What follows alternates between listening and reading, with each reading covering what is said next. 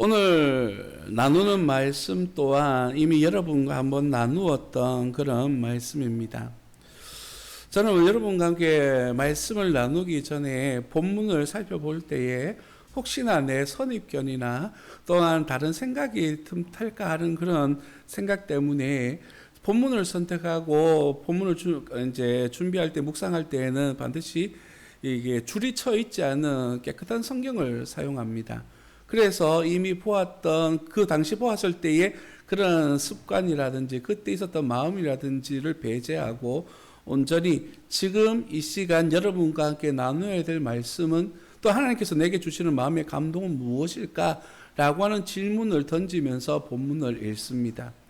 그래서 오늘 이 본문을 말씀을 읽으면서 오늘 하나님께 받은 제 마음에 들어오는 문장은 보다라고 하는 단어입니다. 본문을 읽으면서 보면 볼수록 보다라는 단어가 반복되어져 나타나는 것을 보았습니다. 2절에 보니까 그 여자가 임신하여 아들을 낳으니 그가 잘생긴 것을 보고 석 달 동안 그를 숨겼다라고 그렇게 표현합니다. 그런가 하면 4절 말씀에 그의 누이가 어떻게 되는지를 알려고 멀리 섰더니라고 말하는데 이 알려고도 알기 위해서 보고 있다라고 하는 뜻입니다. 5절에서는 바로의 딸이 목욕하러 나일강으로 내려오고 시녀들은 나일강가를 거닐 때에 그가 갈대사이 상자를 보고 시녀를 보내어 가져다가 라고 그렇게 말합니다. 6절에서도 이어지는데요. 열고 그 아기를 보니 아기가 운다라고 그렇게 말씀이 이어지고 있습니다. 성도 여러분, 지금 오늘 본문 말씀에서 집중하여 보여지는 대상이 있는데 그것은 바로 우리가 잘 알고 있는 아이 모세입니다. 이 아이가 태어날 때에는 이름이 없었습니다. 그냥 단순하게 아이라고 하는 표현이 사용되어지고 있습니다. 근데 이 아이는 어디에서 태어나냐 하면 레위인의 가정에서 태어났습니다. 본문에서는 이 아이의 부모님이 누구인지에 대해서 가르쳐 주진 않습니다. 하지만 6장 20절에 보면 아므람과 요게벳이라고 그 부모님에 대하여서 소개합니다. 그래서 아이가 태어났는데 그 아이를 바라보니까 얼마나 아름답고 소중한지요. 여러분, 자녀를 놓아보셔서 대부분 아시겠지만 아이를 볼 때 어떤 마음이 생깁니까? 솔직하게 내가 봤을 때는 별로 잘생기지 않고 예쁘지 않은데 내 자식은 그렇게 예쁘고 귀여울 수가 없습니다. 이게 부모의 마음이죠. 본문 말씀에서 잘생긴 것을 보았다 이 말은 아름답다라는 표현과 같습니다. 아름다워 보이는 거예요. 부모 입장에서 자녀를 바라보는 마음은 누구나 다 똑같을 겁니다. 그런데 1장 22절에서 바로가 이스라엘 가운데 태어나는 모든 남자아이는 나일강에 던져버려라 라고 하는 명령이 내려왔습니다. 그래서 아이가 태어나면 버려야 되었습니다. 버리는 것이 쉬웠을까요? 그 일들이 이루어지기 위해서는 이 애굽의 군대가 그리고 주변 사람들이 아이가 태어날 때마다 남자아이인지 여자아이인지를 지켜보았고 정말 버려지는지를 살펴보았을 것입니다. 그런 상황 속에서 이 아이가 태어났을 때 부모가 이 아이를 숨기고 이 아이가 자랄 때까지 지켜주는 과정을 통하여서 이 아이의 특별함이 드러나고 있는 것입니다. 본문에서 사용되어지는 잘생겼다라고 하는 단어는 다른 성경에서는 창세기 1장에 나오는 단어입니다. 하나님이 세상을 만드실 때 보시기에 좋았더라라고 하는 표현이 바로 이 잘생겼다는 표현과 동일한 표현입니다. 하나님께서 세상을 바라보는 것처럼 그 만드신 것들을 보시면서 느끼는 것처럼 아름답게 지어진 아름답게 태어난 자녀인 것입니다. 그리고 숨겼다라고 하는 단어는 바로 아주 중요한 보물을 다른 사람들이 알지 못하도록 잘 숨겨놓는다라고 하는 뜻을 가지고 있습니다. 그래서 하나님께서 선물로 주신 귀한 아들, 보물처럼 잘 숨겨 두었습니다. 그런데 3개월이 지나니까 이 아이가 성장하기 시작하고 소리가 나오고 이 아이가 어떻게 됐나라고 하는 사람들의 관심들이 생겨나기 시작하니까 더 이상 숨겨둘 수가 없었습니다. 그래서 부모님들은 어떻게 합니까? 이 아이를 갈대 상자에 놓고 그 갈대 상자에 역청을 바르고 나무 지를 발라서 물이 들어오지 않도록 해서 나일강에 있는 갈대 사이에 표현해 보면 두었다라고 말합니다. 이 표현은 떠내려가도록 둔 것이 아니라 그렇게 둔 겁니다. 누군가 발견했으면 좋겠다. 누군가가 이 아이를 발견해서 살려줬으면 좋겠다. 라고 하는 뜻에서 그 아이를 둔 것이죠. 그런데 이 갈대 상자를 표현하는 단어는 성경에 단 한 군데 더 등장합니다.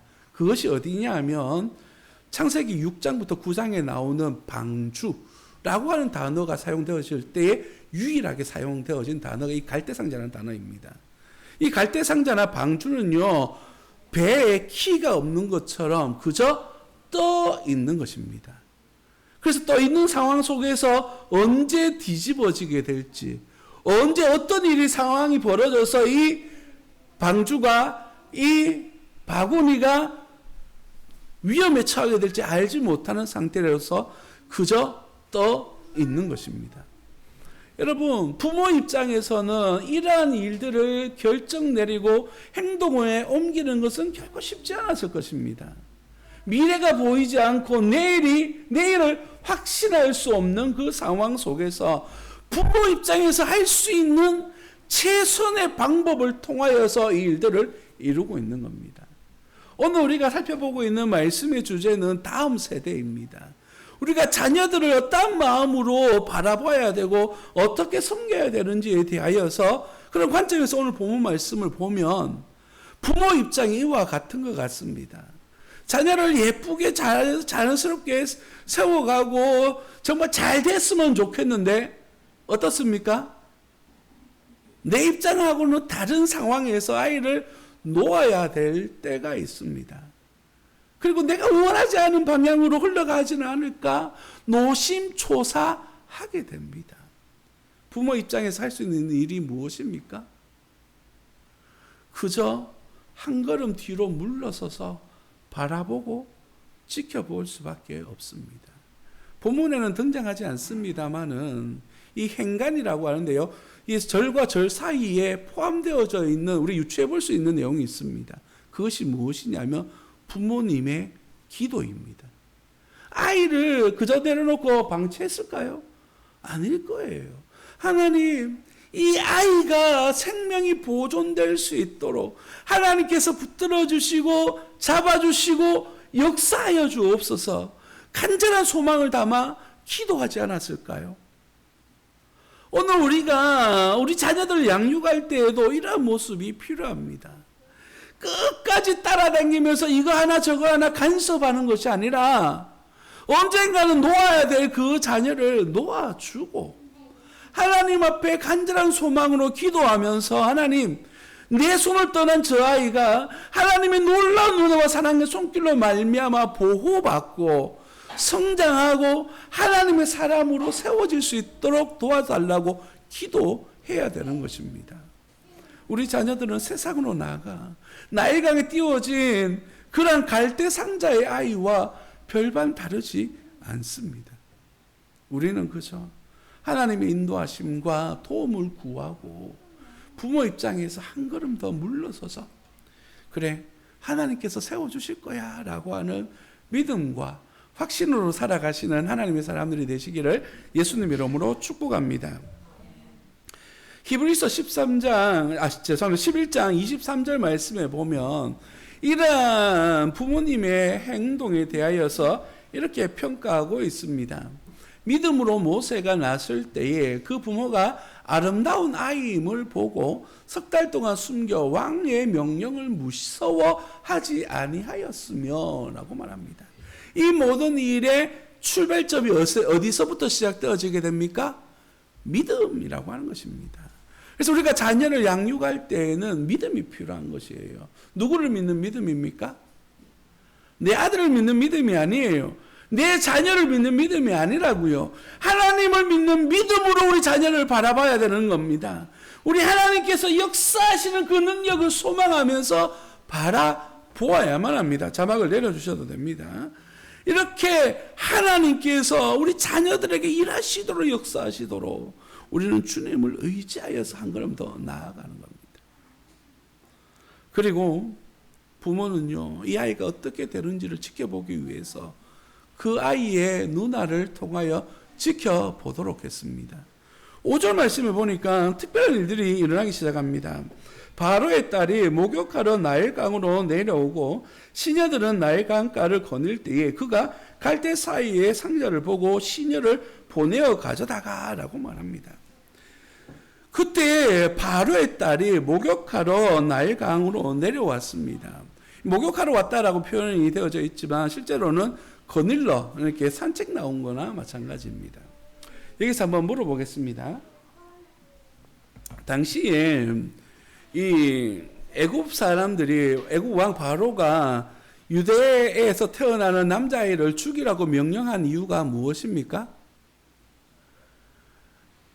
유대인들이 너무나 많아지기 시작하니까 자기 정권에 위협이 되기 시작한 겁니다. 숫자가 많아졌기 때문이라는 것이죠. 그만큼 이스라엘 사람들이 많았다는 것입니다.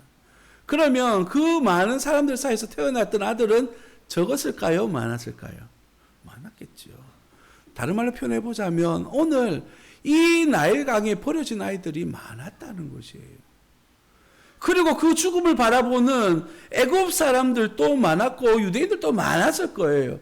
그 물에는 지금 모세만 있는 것이 아니라 많은 남자아이들이 떠내려가고 있는 상황인 것이에요. 그런데 그 사이를 거닐고 있었던 바로의 딸의 눈에는 그 갈대 상자가 눈에 들어왔습니다. 그리고 그 갈대 상자를 건져서 열어보았더니만 남자아이가 발견되어졌습니다. 이 바로의 딸의 이야기를 빌려보자면 히브리인의 아이로다라고 말해요. 이 아이의 출생을 이미 알고 있었다는 것입니다. 그리고 이 아이의 운명에 대해서 잘 알고 있었다는 것이죠. 아버지에 의해서 남자아이들은 다 죽어야 되는구나에 대해서 다 알고 있었다는 것이에요. 그저 평범한 죽음을 앞두고 있는 아이들 사이에서 한 아이가 발견된 것 뿐이었습니다. 그런데 오늘 말씀을 보니까 이 바로의 딸이 불쌍히 여겼다라고 그렇게 표현되어지고 있습니다. 성도 여러분, 우리는 그저 떠내려 보내는 것처럼 느껴진다 할지라도 우리 하나님은 그 사이사이에서 일하시고 역사하고 계십니다. 이것을 우리는 신학적인 용어를 빌려보자면 섭리라는 단어를 사용합니다. 우리 눈에는 보이지 않지만 하나님의 손이 그 모든 순간순간들을 통해 일하고 계시는 것이에요. 그 나일강 속에 많은 아이들 가운데에서 모세를 지명하시고 많은 이들이 오고 가는 그 길에서 바로의 딸의 눈에 띄게 하시고 다른 생명은 귀하게 여기지 않았던 그 눈에 이 아이만큼은 불쌍하게 여기게 되는 그 마음을 가지게 하신 하나님, 그 사이에 일하고 계시는 것이죠. 오늘 이 일들 속에 등장하는 또 한 사람이 있습니다. 바로 그의 누이인, 그의 누나인 한 여자아이입니다. 달려가서 그 공주에게, 바로의 딸에게 유모를 데려올까요? 라고 말합니다. 저는 본문을 읽으면서 참 이게 말이 되나라고 이렇게 이야기했습니다. 알다시피 이 바로의 딸 주변에는 경호원들이 반드시 있었을 것입니다. 그리고요, 이 여자아이가 뛰어오는 걸 제재했을까요? 안 했을까요?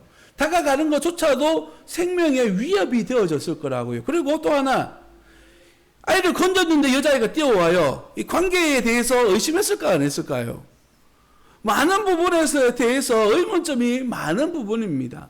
그럼에도 불구하고 이 바로의 딸은 이 여자아이를 통해서 어머니에게 이 아이를 맡기고 어릴 때 젖먹이로서 심지어는 구절을 보니까 그러니까 이 아이를 키우는 돈까지 주면서 이 아이를 키우도록 만들어줘요. 여기에서 하나님의 역사가 없다라고 말할 수 있었겠습니까? 우리가 우연이라고 말하는 것 속에 하나님의 역사가 있음을 믿으시기를 예수님 이름으로 축복합니다. 많은 사람들이 우연이다라는 표현으로 우리 인간이 태어남에 대해서 이야기합니다. 오늘 아침에 교회 일찍 와서 요 앞에 있는 아이들과 잠시 이야기를 나누는데 한 아이가 마술을 보여준답니다. 그래서 몇 조각 되지 않는 이 레고를 이렇게 부수더라고요. 부셔서 호주머니를 놓고 자기가 안 보고 조립을 하겠다는 거예요. 그래가지고 한 20-30분 계속 하고 있어요.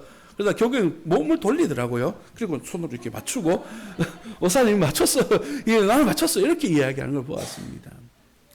여러분, 진화론자들이 이야기하는 세포가 우연스럽게 생겨났다라고 이야기합니다. 이 세포 하나는요, 비행기의 제트 엔진을 한 통에 담아놓고 막 흔들다가 갑자기 이 제트 엔진이 조립 딱 된 순간과 같은 확률을 이야기합니다. 가능한 일입니까? 우리 하나님께서는요, 우연이라고 하는 표현을 통하여서 우리가 말하는 우연히 일어났다라고 하는 그런 환경을 통하여서 하나님은 세심하게 일하고 계신다는 사실을 믿으시기를 예수님 이름으로 축복합니다. 오늘 이 어린아이에게 일어났던 우연치 않은 사건들 속에는 하나님의 철저한 일하심과 역사하심이 있으심을 믿으시기를 예수님 이름으로 축복합니다. 왜 제가 이렇게 강조하냐 하면 이 나일강에 아이가 발견되고 살아났다라고 하는 이런 신화 같은 이야기가 30가지가 넘습니다. 당시에 어떤 왕의 탄생도 비슷합니다. 한 아이가 물에 버려졌는데 어떤 여자가, 공주가 아닙니다. 어떤 허름한 여인이 아이를 발견했습니다. 그리고 키웠는데 이 아이가 장성하여 왕이 되어졌다 라고 하는 신화가 이 고대 근동 지방에 많은 이야기들 중에 하나입니다. 건국신화 이런 것들이 많이 있었습니다. 그래서 그 많은 이야기들 사이에서 모세 이야기도 등장하는 것처럼 이해되어지면 안 된다는 것이에요. 이 속에는 하나님의 놀라운 역사가 담겨져 있습니다. 여러분, 오늘 본문 말씀 속에는 하나님이 등장하지 않습니다. 하나님의 이야기가 나오지 않습니다. 그러나 하나님은 일하고 계십니다. 하나님은 지금도 저와 여러분들 가운데에 우리 자녀들 가운데 일하시고 있습니다. 오늘 본문 말씀에 등장하는 이 아이를 둔 장소가 갈대라는 표현을 사용합니다. 이 갈대 또한 이스라엘 백성들이 건너게 될 홍해의 다른 이름이 갈대 바다입니다. 같은 단어예요. 이 이야기를 통해서 무엇을 만들어 가기를 원하시냐 하면 하나님께서 이스라엘 백성들을 건지시고 홍해를 건너게 하셔서 약속의 땅 가나안까지 하게 하시는 그러한 하나님의 숨은 일하시는 능력의 손이 있다라는 사실을 지금 보여주기를 원하시는 거예요. 여러분, 이 모세오경은 누가 썼습니까? 모세가 썼어요. 자기의 이야기를 지금 누구에게 들려주고 있는 겁니까? 그 자리에 모여있는 당시 이스라엘 백성들, 그리고 다시 광야에서 태어났던 다음 세대들에게 이 말씀을 전하고 있어요. 이 이야기를 들을 때 살아있는 사람이 자기 이야기를 들려줬을 때 어떤 마음이었을까요? 이런 일이 하나님께서 지금도 일하고 계시는가를 발견했을 거예요. 유대인들 사이에서는요, 지금도 유대회당에서는 이 이야기가 낭독되어질 때는 박수를 치면서 환호하고 이 이야기를 듣습니다. 하나님께서 그때 그렇게 역사하셨던 것처럼 지금 또 우리를 위하여 일하시는구나, 일하실 것이다 라고 하는 소망과 기대감을 가지고 이 말씀을 받는다는 것이에요. 성도 여러분, 우리도 이러한 마음으로 이 말씀을 받아야 될 줄 믿습니다. 여러분 마음속에는 오늘의 이야기가 그저 지금까지 들어왔던 하나의 성경 이야기로 멈추어지지 않기를 예수님 이름으로 축복합니다. 오늘 또 우리 하나님은 저와 여러분들을 잡으실 뿐만 아니라 우리 다음 세대의 자녀들을 세우기 위하여서 하나님이 일하실 줄 믿으시기를 예수님 이름으로 축복합니다.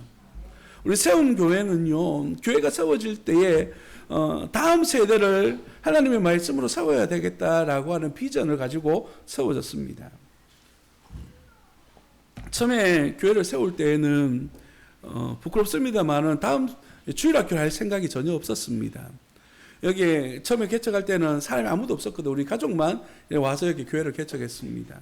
그래서 생각해 보니까 주일학교 전도하고 뭐 한다는 것이 쉽지가 않았습니다. 그래서 하나님 앞에 어떻게 기도했냐면 하나님, 솔직하게 이야기해요. 하나님, 내가 그만한 능력 있는 곳도 아니고 주변에 교회들도 많이 있는데 이렇게 한 1년 정도 섬기다가 교인들 없으면 싹 접고 이제 죄송합니다. 좀 베트남 가려고 했거든요. 베트남으로 떠나겠습니다. 이렇게 기도를 하고 있었습니다. 근데 하나님께서 그 마음을 아셨는지 그 주부터 수요일 날입니다. 그 주의 오후에 요 앉아 계시는 모 집사님께서 오셔서 저하고 상담을 했습니다. 그리고 수요일 날 올게요 하고 가셨는데 우리 7시 반 예배인데 7시 반인데도 예배 안 오시는 거예요. 한 8시쯤 되니까 오셨어요. 집사님하고 그렇게 1대1로 예배를 시작하면서 세움교회가 시작되어졌습니다. 다음 세대 할 생각이 전혀 없었는데 저기 옆에 있는 대형교회에서 다음 세대 잘 할 거야. 그러면 나는 우리 성도들 위주로 사역해야지 했는데 계속 마음에 감동이 되어지는 것은 그래도 하나님께서 내게 준 마음이 있고 감동이 있는데 사역해야 되지 않겠나. 결정적인 계기를 가지게 된 것은 뭐냐면 우연찮게 저쪽에 그 초등학교 주변에 있는 슈퍼에서 청소년들에게 담배를 파는 것을 보았습니다. 이런 심각한 일들이 사회적 분위기가 안 되면 팔 수가 없잖아요. 이런 분위기가 만들어져야 되는구나 라고 하는 마음이 생겼습니다. 그래서 다음 세대를 위한 사역들을 해야 되겠구나. 그래서 교회도 다음 세대에 대한 집중, 이 사회를 바꿔야, 이 지역 사회를 바꿔야 되는 하나님의 나라를 이곳에 세워가야 되겠구나라는 마음을 가지기 시작했고 다시 기도하면서 교회를 그런 방향으로 세워가기 시작한 겁니다. 그래서 여러분 보시다시피 목사는요, 틈나는 대로 다음 세대에 대해서 기도해 주십시오. 우리 전할 수 있도록 도와주십시오라고 그렇게 기도하고 여러분에게 요청합니다. 여러분들 기도하실 때마다 우리 세운교회가 다음 세대를 잘 세우는 교회가 되어줄 수 있도록 함께 소망 있는 기도를 올려주시기를 예수님 이름으로 축복합니다. 그 과정 가운데에 우리 오는 토요일 날 중고등학생들과 유초등부 학생들이 우리 이제 경주월드 갑니다. 그래서 친구 초청의 날이니까 친구 초청해 와 이렇게 이야기를 했거든요. 그래서 한 사람당 2만 원이야 이렇게 이야기를 했습니다. 2만 원을 가져오면 표리 좋습니다. 2만 원을 회비로 가져오면 혼자 와도 2만 원, 네가 전도를 해서 2명을 데려와도 2만 원, 전도해서 4명을 데려와도 2만 원이야 이렇게 이야기를 했습니다. 그랬더니만 두 친구가 4명씩 지금 데려오고요. 3명씩 들어와서 4명씩 참여해요. 그래서 우리 중고등부 친구는 지난 수요일까지 등록한 친구가 현재 10명입니다. 이제 10명이 가요. 그 중에 한 명은 초등학생입니다. 자기 동생을 데려온다고 했습니다. 또 제가 알기로 초등부 학생들도 이제 선생님들 합쳐서 한 10명이 넘습니다. 지금 봉고차 한 대를 더 빌렸습니다. 빌리면서 빌리도록 부탁을 해놨습니다. 특별한 일이 없어서 빌려주겠는데 그 목사님하고 통화를 하면서 이렇게 이야기해요. 그래서 이번 주 토요일 날 갑니다. 이러니까 뭐 그렇게 어디 자주 가냐 하면서 이렇게 이야기하는 거예요. 그래서 제가 뭐라 할게요. 우리 교회는 다음 세대를 세우기 위해서 전도하려고 이렇게라도 합니다. 그래서 차 꼭 빌려주셔야 됩니다. 그렇게 이야기를 했습니다. 성도 여러분, 세운교회 이러면 다음 세대를 위한 교회 이렇게 여러분 마음속에도 감동이 있기를 예수님 이름으로 축복합니다. 교사주의를 맞이해서 여기에 나왔던 4분만 교사가 아니라 여기 계신 여러분 모두가 교사임을 인식하기를 예수님 이름으로 축복합니다. 직접 가르치지는 않더라도 이 아이들을 어떻게든 하나님의 말씀을 세워가는 그런 교회가 되어지도록 여러분 마음을 다하고 피로 적절할 때 헌금도 하고 이렇게 하나님의 교회가 다음 세대를 세우고 하나님의 교회가 100년의 역사를 써내려가는 그런 하나님이 세우시는 교회가 될 수 있도록 함께 동력해 나아가기를 예수님 이름으로 축복합니다. 기도하겠습니다.